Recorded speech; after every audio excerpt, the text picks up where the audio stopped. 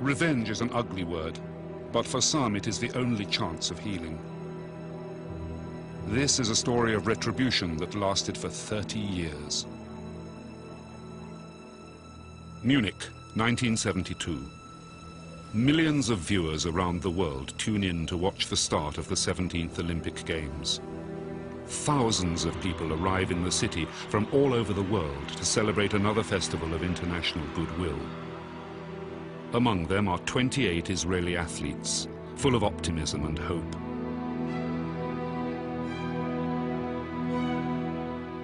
But the Olympics of 1972 will be remembered for something quite different. September the 5th, 4:40 in the morning. Heavily armed terrorists raid the Israeli compound in the Olympic Village.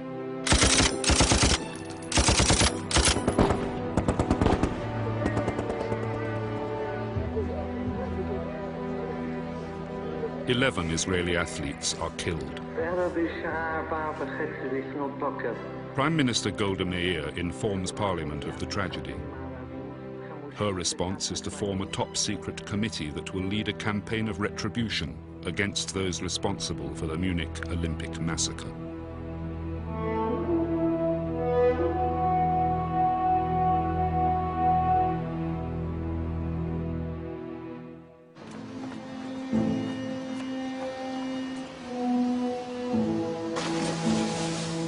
In the early months of 1972, preparations for the Games were in full swing. Alongside the new sports facilities, new hotels and restaurants were rising all over the city.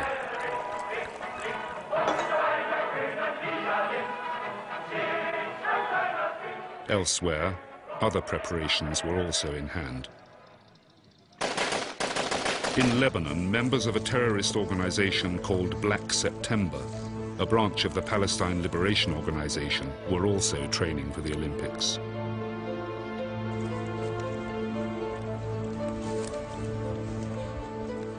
The Palestinians had applied to take part in the Games, but because they are not a sovereign state, the letters were never returned. Determined that their voice should be heard, Palestinians decided to contribute in another way.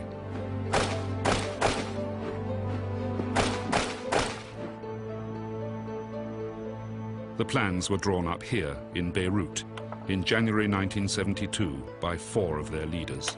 Mahmoud Yusuf Najjar, number 3 in the PLO and a liaison with Black September. Mohammed Daoud Oudeh, known as Abu Daoud, an operational planner for the PLO. Ali Hassan Salameh, a Black September intelligence operative, nicknamed by the Israelis the Red Prince. And Abu Iyad, head of the PLO intelligence staff and the secret chief of Black September.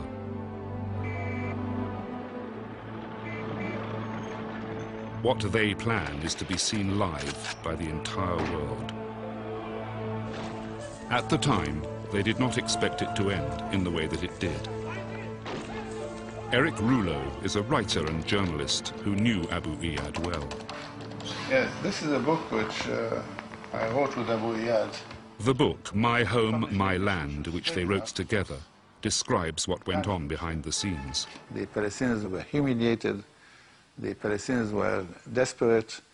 I think that Black September was one of the means of keeping up the morale of the Palestinian militants. And making such a big operation like Munich would give the PLO, would give the Palestinians some kind of respect for what they're doing. The whole world also would discover that the Palestinians are still there, they have to deal with them. They were hoping to succeed. They were not going to harm the athletes, they were going to take them to Algiers. It will be a big success for the PLO.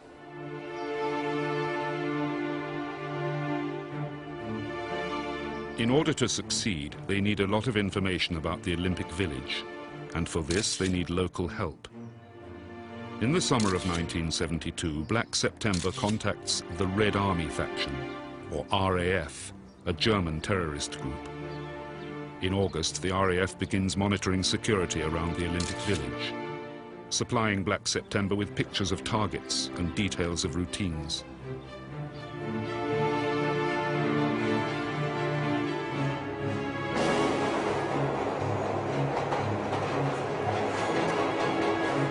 Willy Voss, a former neo-Nazi, was an RAF activist at the time. We made a contract that the Palestinians would help us and we would give them the chance to do their operations in Europe. I gave informations to people who stand in Europe, Palestinian people. I took informations, I gave money, I took money, I brought weapons, and everything an organization like that needs. ארגוני הטרור בעולם של שנות ה-60, ה-70 וה-80, אחד הדברים שמאוד אפיינו אותם זה הקשרים ההדוקים ביניהם.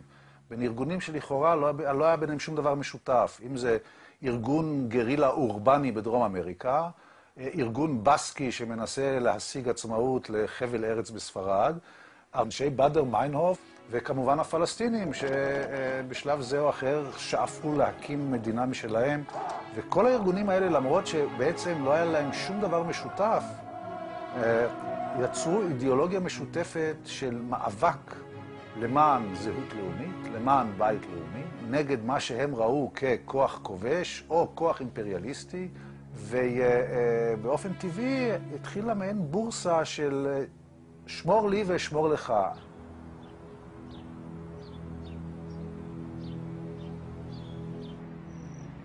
September the 5th. Black September strikes.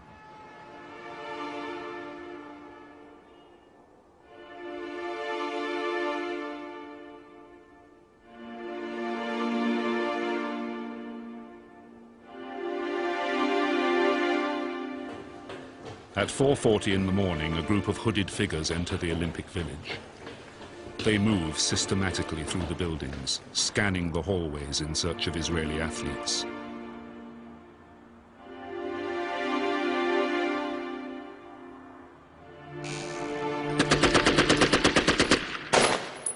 By dawn, Black September's agents have captured 9 Israelis, killing one at the break-in and another as he tries to fight back.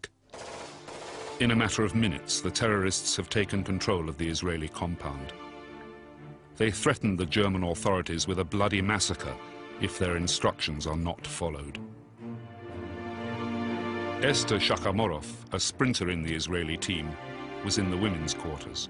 אני זוכרת, זה היה פחד אימים. אני זוכרת שיצאנו מהבניין הזה והסתובבנו בכפר בשביל שיעבירו אותנו לבניין אחר. ככה הסתכלנו כל הזמן, אמרנו אולי בכל מקום מחכים לנו מחבלים. הייתה הרגשה של פחד וגם כן חוסר ודאות.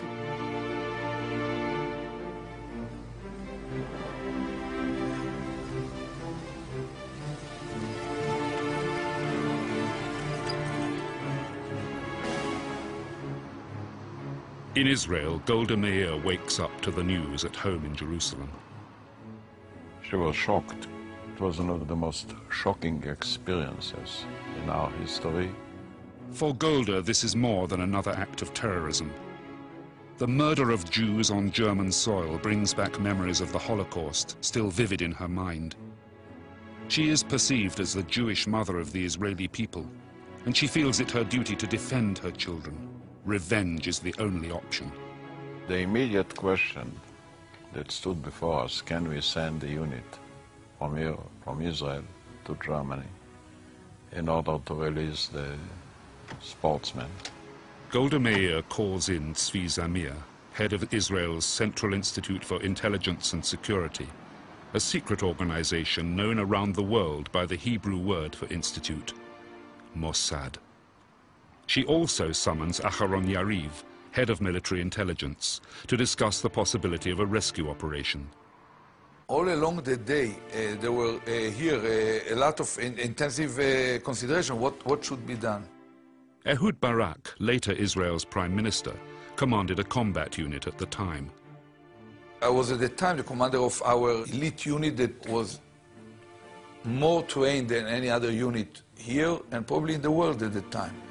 In running such operations, we already had behind us rescue operation of a hijacked Sabina airplane at Ben Gurion Airport. And I suggested to General Yariv, who was at the time the head of intelligence, telling him, look, we are prepared to take our unit, put a plane, will be there, and until night we can fall on our feet very quickly and adapt to the situation and be able to, probably be able to execute a rescue operation.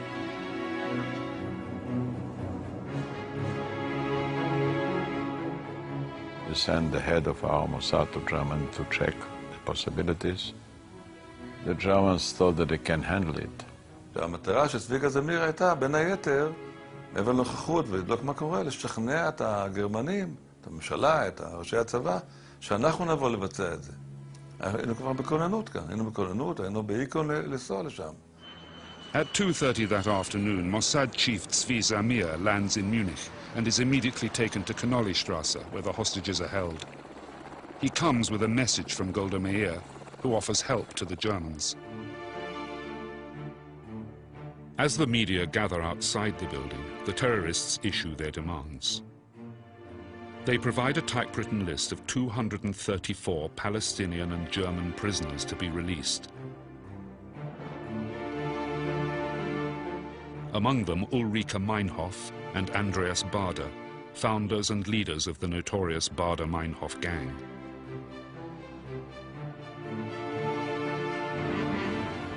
In Israel, the reaction of the public is horror and despair. The entire country tunes in to events in Munich as they unfold. The Germans are not ready to accept Israeli assistance. Zamir reports this to Golda Meir. This is the original coded letter that he sent her on September the 5th. But Golda refuses to negotiate with terrorists. She will accept nothing but total surrender. By late evening, the terrorists demand to be taken to the airport with their hostages. This gives the Germans a chance to launch a rescue operation. לא הייתה להם יחידה ללוחמה בטרור. זה היה אוסף של שוטרים שהלכו לבצע מבצע, שאין להם שום מוטיבציה לבצע את זה, לא רצון להסתכן, וגם לא את הידע. לא צליפה ולא פריצה, שום ידע, שוטרים. כך היום קבוצה שוטרים יכולים לבצע מבצע מיוחד. זה מקצוע.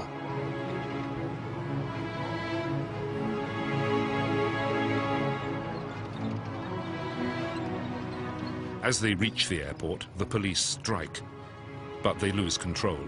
The terrorists panic, open fire and throw a hand grenade. As the smoke clears, all 9 Israeli hostages lie dead, and 5 terrorists.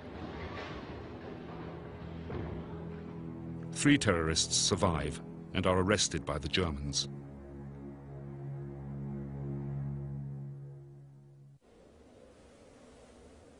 The world reacts with horror to this act of barbarism. There is a move to cancel the games, but this is widely seen as conceding victory to the terrorists.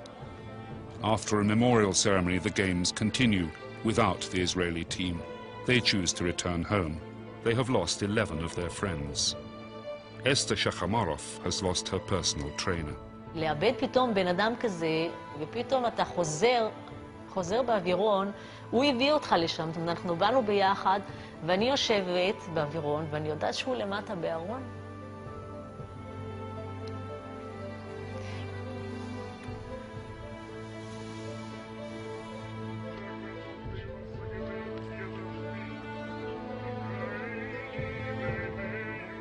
What started out in an atmosphere of reconciliation and hope has ended in a bloody massacre. But Golda Meir is determined to settle the score.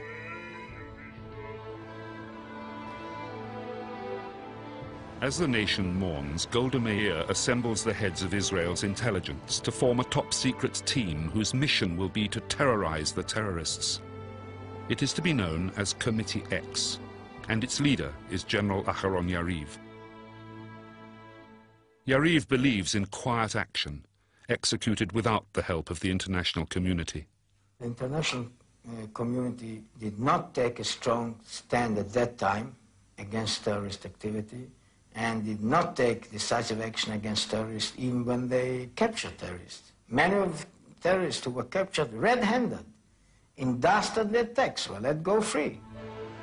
As if to prove Yariv's point, less than 2 months after the massacre, the Palestinians hijack a Lufthansa flight at Munich itself, demanding the release of the 3 surviving perpetrators. The German authorities give in. It is clear that Israel will have to act alone.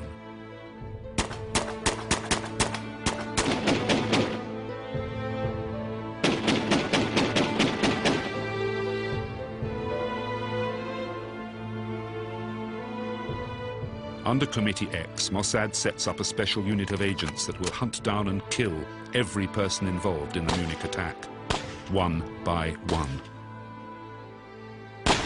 הטראומה הייתה כל כך גדולה, שנוצר כאן אבסורד.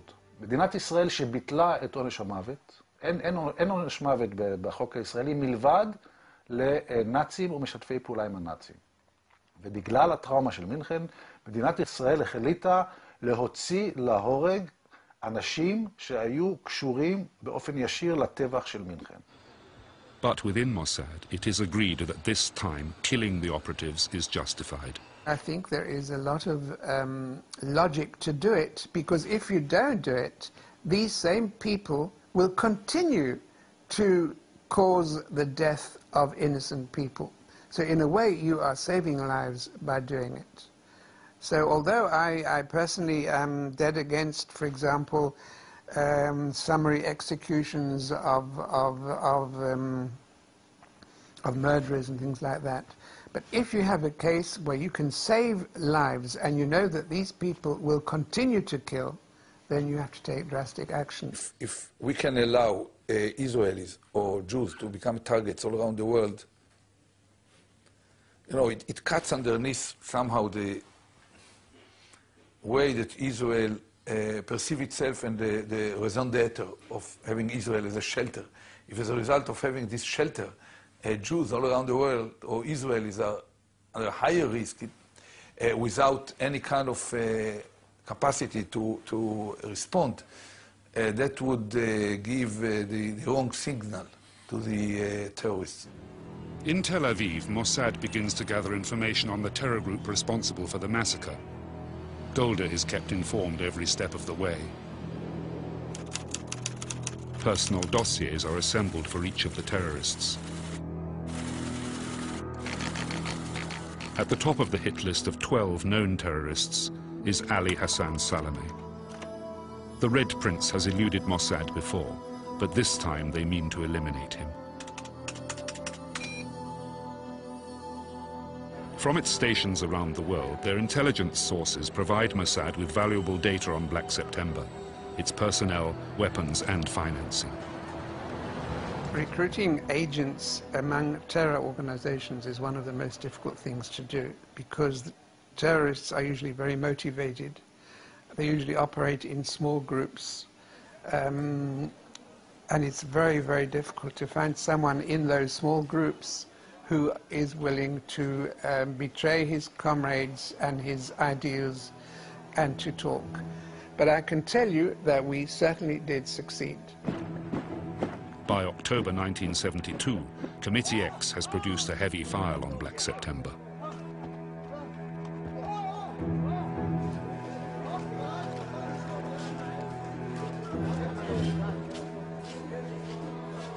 Black September was born in Jordan in 1970. The capital, Amman, had become the headquarters of Fatah, the military wing of the PLO. I was in Amman just before the war broke out between the Fedayeen and the Jordanian army. And all the journalists, we were about several hundred journalists there, we were convinced that if there was a war, the Fedayeen would win. They looked so strong. They were in the streets. When we arrived at the airport, there was nobody from the Jordanian government to receive the journalists. It was a representative of Fatah who came and gave us press cards, told us which hotel to go. They were acting like a government. From Jordan, the Palestinians were conducting their campaign against Israel and working to bring their cause to the attention of the world. In September 1970, they hijacked 3 airliners to the Jordanian desert. After removing all the passengers, they put on a firework display for the world to watch.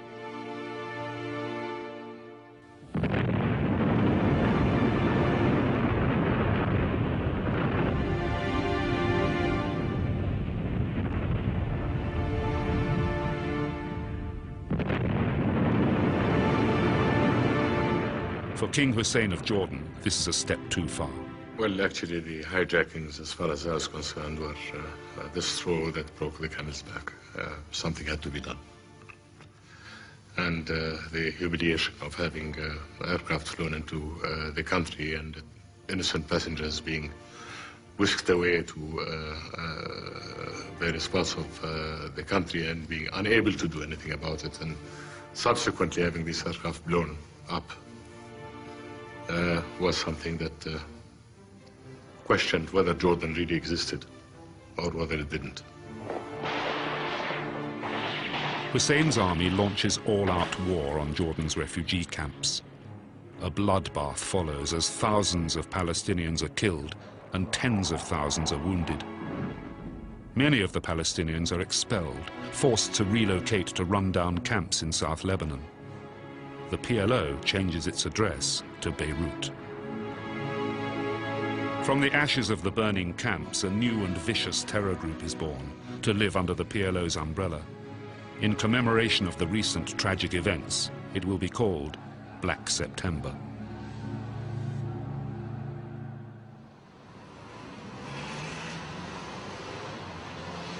In Tel Aviv, Golda Meir chooses a veteran Mossad agent to command the assassination team. He will operate independently with no official link to Israel. His name is Mike Harari, an intelligence agent for 20 years with a reputation for extreme ferocity.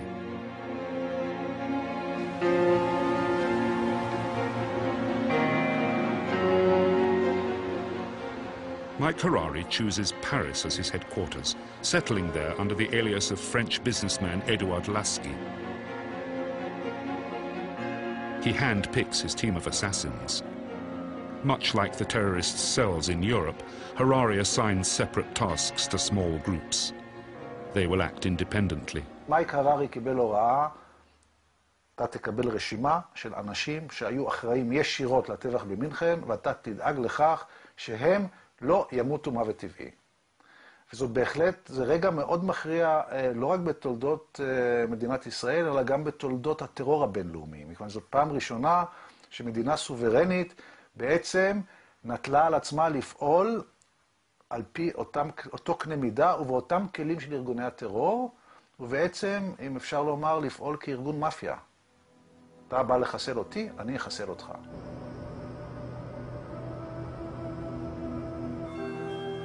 October 1972, one of Harari's teams arrives in Rome. Its first target is Abdel Wahel Zuwaita, a Palestinian poet working as a translator at the Libyan embassy. He lives quietly on Piazza Annibaliano.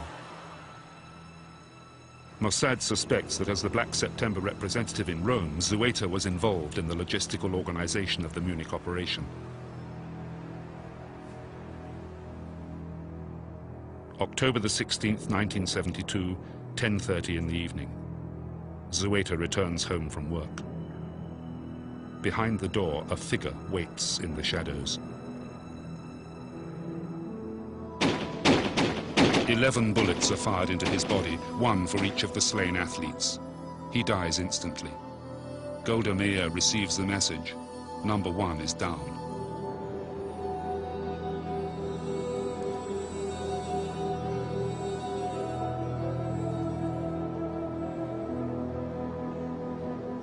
The Italian police find the shells to be from a Beretta pistol, the weapon of choice of Mossad agents, the gun which will become their calling card.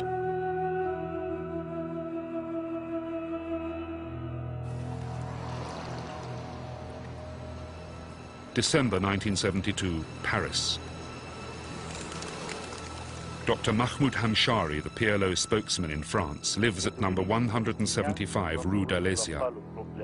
This is a clip from his last television interview. Une dernière question. Est-ce que vous pouvez vivre tranquille en France? Est-ce que vous ne craignez pas pour votre vie? Pour nous, pour moi, non. Mais je pense qu'il ne faut pas tenter le diable. Hamshari is next on the list. Because of his job, Hamshari is used to meeting journalists from around the world. In December, a man posing as a journalist requests an interview. What Hamshari fails to realize is that this journalist is an agent of Mossad. During the interview, the agent surveys his apartment. He meets Hamshari's French wife and his daughter, collecting as much information as he can. The next day, the undercover agent watches the house from a cafe across the street. He waits for Hamshari's wife and daughter to leave before making a phone call. When Hamshari answers, a radio signal activates a bomb planted in the receiver. Hamshari is severely wounded. A month later, he dies.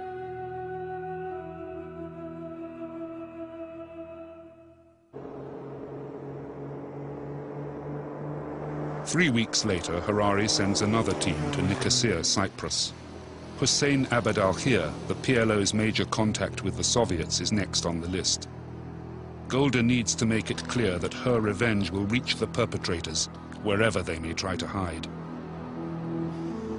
At 10 o'clock in the evening, he returns to his hotel room after a meeting at the Russian embassy.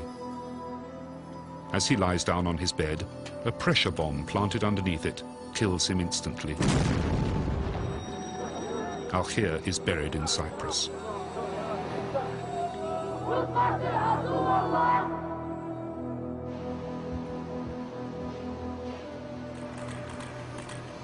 In the months that follow, Harari's team identifies almost every major Black September operative working undercover in Europe. April 1973 marks the peak of Mossad's activity against Black September. Paris, Friday, April the 6th, 1973. Law professor Basel Al-Kubaisi is seen leaving the Café de la Paix near the Opera. Al-Kubaisi makes his way home. As he reaches Rue de l'Arcade, he is confronted by two men who fire 11 bullets into his body. Al-Kubaisi was number 5. The French police can only guess from the Beretta shells found at the scene that this was the work of Mossad. But on Golda's instructions, Israel denies any involvement in any of the killings. The world knew it was Mossad. So did Black September. The continuing killings put each and every member on their guard. In Beirut, Abu Iyad, the mastermind of the Munich operation, revealed his feelings to Eric Rouleau. We spent many nights talking. I suspected that she was in one way or another involved in Black September, but I didn't know that she was the head of it. This I realized after talking with him. He never admitted it. It was too dangerous. Since the Munich operation, he was living in fear. He told me so. Retribution on European soil is not enough. Prime Minister Golda Meir orders Committee X to pursue everyone on the list, including those who are hiding in enemy countries. המוסד, אדמת אירופה, חיסל כל מחבל, כל מפקד. חיסולים ברומא ובפריז. זה חיסולים של חוליות מבצעיות שהמוסד ביצע והרג אותם. ואז מתברר שיש מידע של ראשי המחבלים, של הסגן של יאסר ערפאת, של יוסף נג'אר, שהוא מפקד בכיר, ושהוא גם מהמתכננים של הפעולה במינכן. ברור לגמרי, צריך לחסל אותו. עכשיו, המוסד בארץ יעד, יותר קשה לו לבצע מאשר אדמת אירופה. לכן הוחלט שעושים גם מבצע משולב למעשה, משותף. המודיעין מגיע מהמוסד, יסיב אותנו המוסד, ואנחנו נבצע את המשימה. I was then the commander of an elite commando unit. We briefed the Mossad people about what kind of information might be needed in order to decide whether an operation to be carried out by us is possible. And we said that it will be almost impossible to plan a decisive, very short attack if we cannot learn a little bit about the structure, the internal structure of these apartments. And it ended up that we were given the almost full plan of the building, from the basement to the top floors, with the internal arrangements that were found to be quite accurate of what's going within the apartments, and some more information about the routines. On April the 10th, they all meet in Golda's office to lay the plan before her. With her approval, the operation will proceed.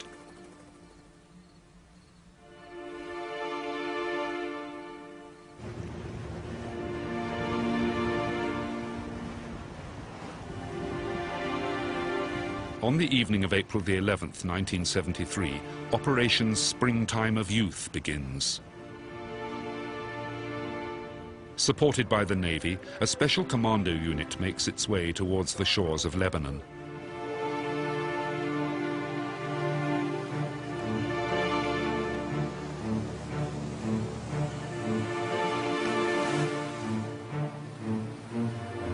Mossad agents are waiting for them on the beach to drive the commandos to their target.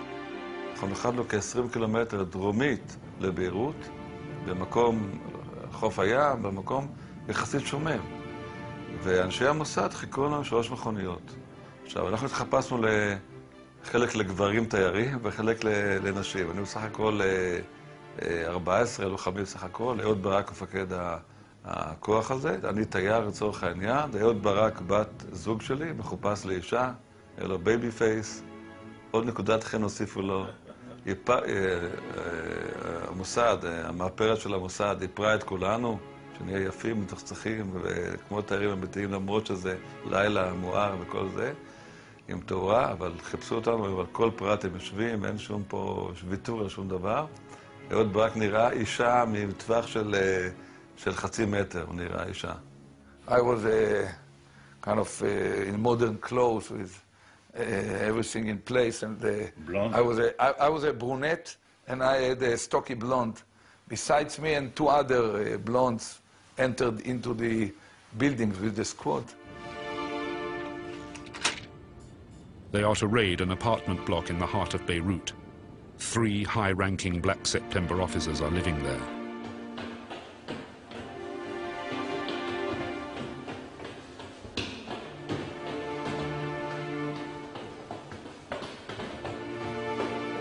The commandos raid the building, killing the 3 members of Black September. Several innocent people are also killed in the crossfire. The operation is swift. Having created havoc in the city, the commandos move quickly back to their boats. 30 minutes after we landed, we were back in the sea, and we were back home. They came back home. I couldn't tell my wife, then wife at the time, what exactly I'm going to do that night. And I fell asleep just before dawn in our bed. She woke up in the morning and saw a little bag near the bed with woman dress which were not hers. Then she came closer, she could see still remnants of lipstick and mascara and the blue under the eyes. You can imagine what passed in her mind about what... The raid is a massive blow to Black September. It causes the death of Mohammed Yusuf Najjar, number 3 in the PLO, Black September's leader, Kemal Adwan, and Kamal Nasser, a spokesman for the PLO. Yasser Arafat demands that the world condemn the action.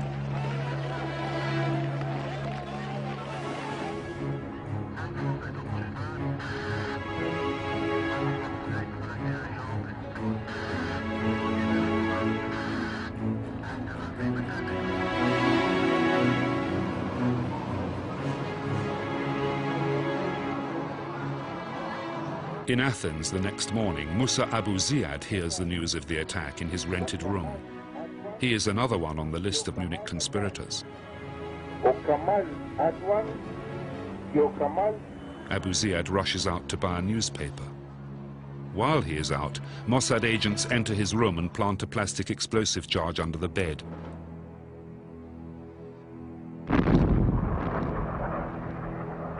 Minutes later, Abu Ziad is killed.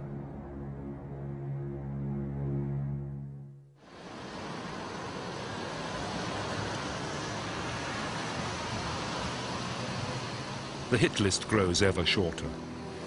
With the elimination of the Beirut headquarters, Ali Hassan Salameh, the Red Prince, moves up in the rankings of the PLO. For Harari, catching Salome becomes a top priority. While some in Israel call for the killings to stop, Harari is determined finally to cross the name of the Red Prince from the list.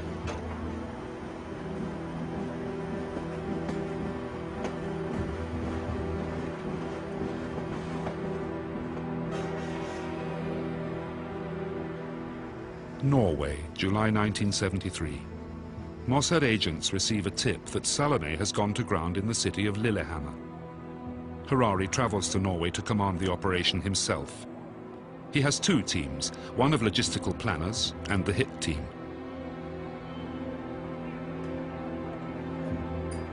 The agents quickly locate their target, leaving a local theater, accompanied by a blonde woman.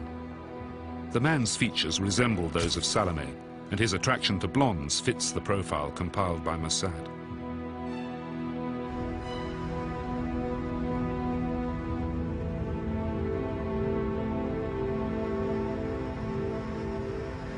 The assassins follow the couple as they travel home. They ambush their victim, shooting him at close range, only to discover that they have killed the wrong man. Ahmed Boucheki, a Moroccan waiter whose only crime is to resemble Salome, is shot dead in broad daylight in front of his pregnant Norwegian wife. Harari and the assassin just manage to escape. The Norwegian police arrest 6 Mossad operatives connected with the shooting. They are sentenced to long terms of imprisonment. הצוות שנשלח היה צוות מאוד לא מיומן, היה עייף, עבד בצורה מאוד חובבנית, הם בלטו מיד, והם עשו את עבודתם כמו פיל בחנות חרסינה. הפעולה בלילהמר, מעבר לכישלון המבצעי, גרמה למוסד לאסון נוראי מבחינת חשיפה. מה שקרה הוא שבגלל הפעילות המאוד רשלנית של אותה חוליה, חלק נתפס, ואז הסתבר לחוקרים הנורווגיים שאחד העצורים מוכן לדבר רק בתנאי שלא יחזיקו אותו בתא סגור. שוב, זה סיפור שמראה אולי את הפן הטרגי של כל הפעילות החשאית של מדינת ישראל. אותו איש, דן ארבל, כך הופיע שמו בתקשורת מאוחר יותר, גדל כנער בדנמרק הכבושה על ידי הנאצים, והוא הסתתר תקופה ארוכה במלחמת העולם השנייה בתוך ארון, פיתח קלסטרופוביה, עובדה שלא הייתה ידועה למעבידיו כאשר הצטרף לשירות הביון הישראלי כישראלי שנים רבות אחר כך. וכאשר הוא נעצר בעקבות פרשת לילהמר, הוא הוכנס לכלא, והמעמסה הנפשית עליו הייתה כה גדולה, שהוא אמר לחוקרים, אני אספר לכם הכל, רק אל תשאירו אותי בתא סגור. The failure exposes Mossad's actions in Europe. Golda Meir immediately recalls Harari to Israel. The operational disaster in Norway sends shockwaves through the international community, placing Israel in an extremely tight spot. התקלה של לילהמר גרמה לעצירה, כי א' נחשפנו, הם נתפסו, היה משפט. המשפט הזה והעובדה שישראל מבצעת מבצעים אדמת אירופה, והיה ברור לכולם שמה שבוצע עד אז, זה לא בין מחבלים ובין כנופיות ובין ארגונים, אלא היה ברור מי מבצע את זה. Golda calls her Mossad agents home, not just from Europe, but from other countries as well. The pace of assassinations is slowed down. Mossad cannot survive another fiasco.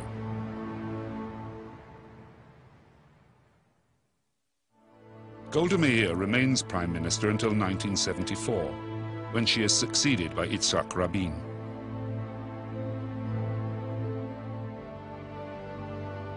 On December the 8th, 1978, Golda Meir dies.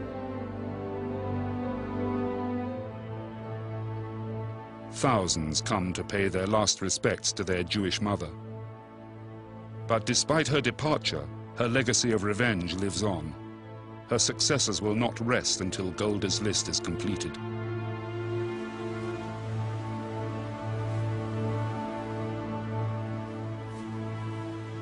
In 1979, Mossad reorganizes and refocuses on the Red Prince, directing more resources towards his elimination.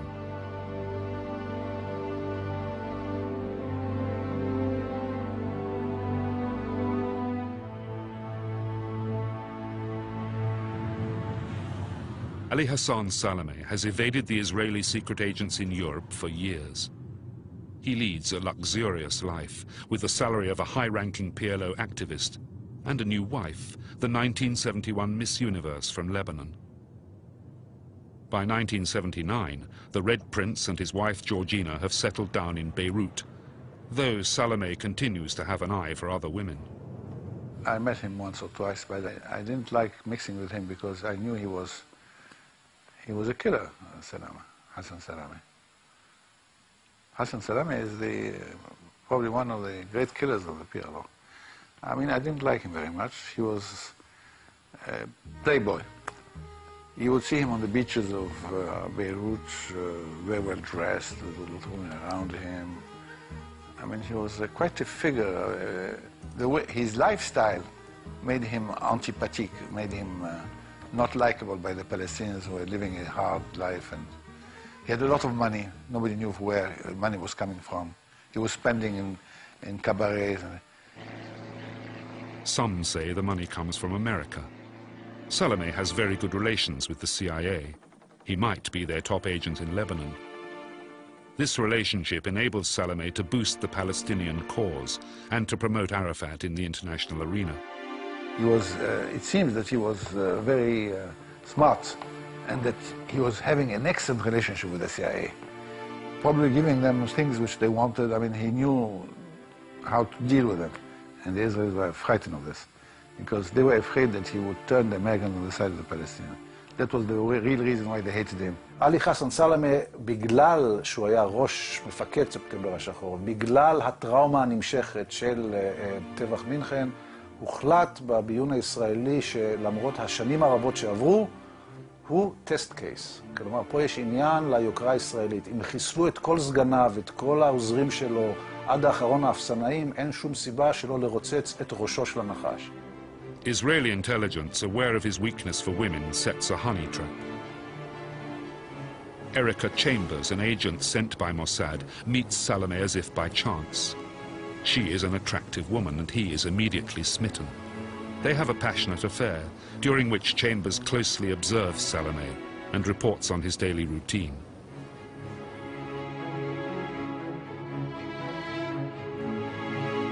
The agents rent a Volkswagen and load it with explosives. They park the car near Erica's apartment.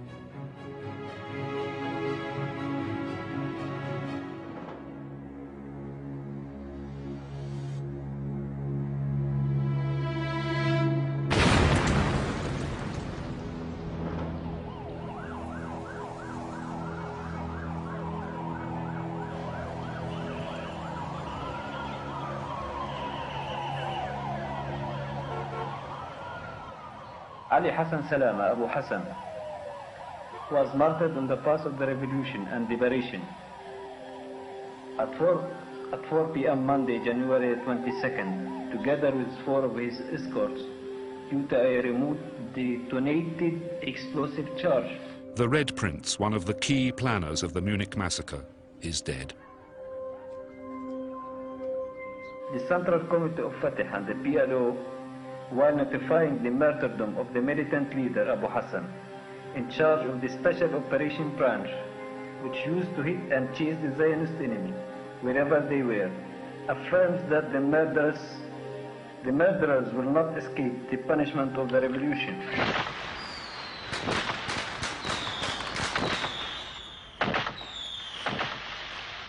In May 1988, 16 years after Munich, as Israel celebrates its 40th anniversary, another of the conspirators, Abu Jihad, is murdered in Tunisia. Mossad is believed to be responsible.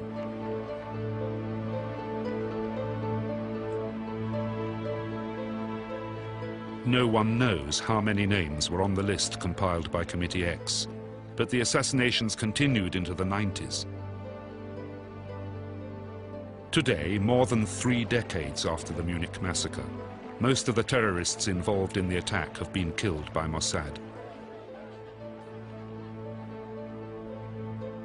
Golda has kept her promise. In fact, she kept her words, with two exceptions, I would say. Abu Daoud, who actually said that he was in it. Abu Daoud lives quite normally in Amman. He travels, and the Israelis never tried to kill him. Why? I don't know. And Abu Iyad, I'm sure that the Israelis knew that Abu Iyad was the head of Black September. I can't imagine that I was the only one to suspect it. They never tried to kill him. Abu Iyad, the head of Black September and the mastermind behind the Munich attack, was later murdered in Tunisia by his Palestinian opponent, Abu Nidal. Abu Daoud lives on as the only survivor of Golda's revenge.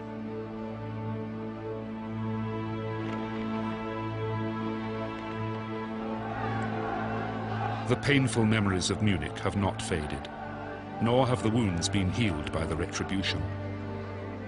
Both sides bear many newer scars from the cycle of violence that has continued since.